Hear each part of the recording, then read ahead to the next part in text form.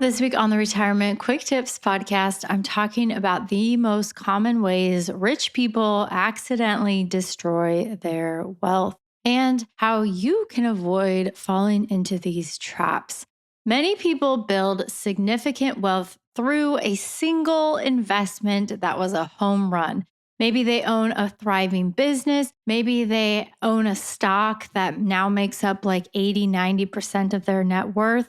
This is what happens with the majority of people who have an ultra successful, basically, they hit the jackpot on a business or an investment. And then what ends up happening is the vast majority, sometimes as high as 90% or more, ends up concentrated in this one asset. And then convincing someone to diversify when they've had success with this single investment is incredibly difficult. I would say almost impossible from my own experience. I'll try to talk people who have made a lot of money in buying a single stock into selling just a portion of it, and they will not part with it at all. Now, the problem here, and people intuitively know this, they just won't act on it, is that the investment can change, and it can change quickly. The markets can change, industries can change. You have competition, technology, regulation, economic downturns that can change the course and trajectory of that investment, even in just a few months or years. And this is one of the primary ways that people will destroy their wealth. It's an overconcentration in a particular asset. So if you took your most valuable single asset and you removed it, it could be a business, it could be an individual stock that you own, whatever that is. If you took that out of the picture completely, would you be okay? Would you have to dramatically change your lifestyle? Would you have to live in a van down by the river if you did that? If the answer is no, then you have a problem with an overconcentration of your assets and your wealth. I have a client who he's owned a particular stock since the 1940s.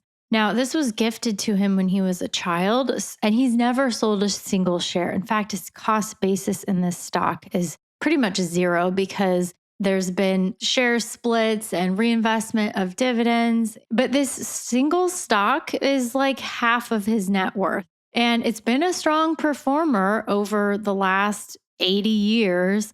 But unfortunately, most of his net worth is tied to this one stock. So when the stock does well, he's happy. When it doesn't do well, he just throws up his hands and is like, well, I'm not going to do anything about it because I'm not going to sell. And that's a lot to ask of a single business, a single portion of your net worth to be hitching yourself to that wagon, especially something that's been around for nearly a century. Now, history shows things quickly change, even for companies at the top. Now, in 1985, the year I was born, the top 10 companies in the S&P 500 were IBM, Exxon, GE, GM, AT&T, Shell, Amoco, Kodak, and DuPont. Now, what do these companies all have in common?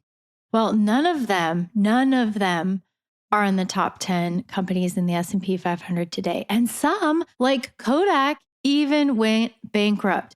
Now, one pattern that you might have noticed if you were listening closely was that energy companies, there were several. We had Exxon, Shell, Amoco. Energy companies as a group, as a sector in 1985 made up 30% of the S&P 500 index. Today, it's just in the 3 to 4% range. Now, fast forward 20 years to 2005. The top 10 had shifted dramatically. You still had a couple of players in there. I think IBM was still in there. GE is still in there. But generally, it's pretty much almost fully turned over. And now, instead of big oil companies, you have the big banks. So you have financial companies like AIG, Bank of America, Citigroup. Those had taken over and are now part of the top 10 in 2005. But what happened in the years after? Well, we had the Great Recession, wiped out many of those gains for all these big financial companies that had really had a strong growth trajectory prior to the financial crisis. In fact, AIG, one of the biggest in there, needed a government bailout to survive. Now, you fast forward to today, tech driven mania. And none of the companies that dominated in 1985, and only maybe a couple in there from 95, like Microsoft, I think is still in the mix, but that might be pretty much it. Anyways, the companies that dominated the year I was born doesn't even look close to the companies that are in the top 10 of the S&P 500 index today by their market cap, which is their size. Now, if the biggest, most powerful companies in the world can't hold their position over even just a 10-year time frame, what does that say about the risks of overconcentration? All right, so the takeaway here, diversification is so important. No matter how successful one investment has been, you need to remain disciplined and make sure that you're paring that back. So, anytime a single investment or an asset that you own makes up more than 15% of your net worth, that's the time when you should be taking steps to reduce that concentration, or at the very least, not let it get any bigger. Some of you listening have blown way past that, which means that it's just time to start trimming that back. Again, the success and the timing and the trajectory and everything that went into growing that asset doesn't guarantee that it's going to remain on the same trajectory. The likelihood is, as I just laid that case out, is that it's not.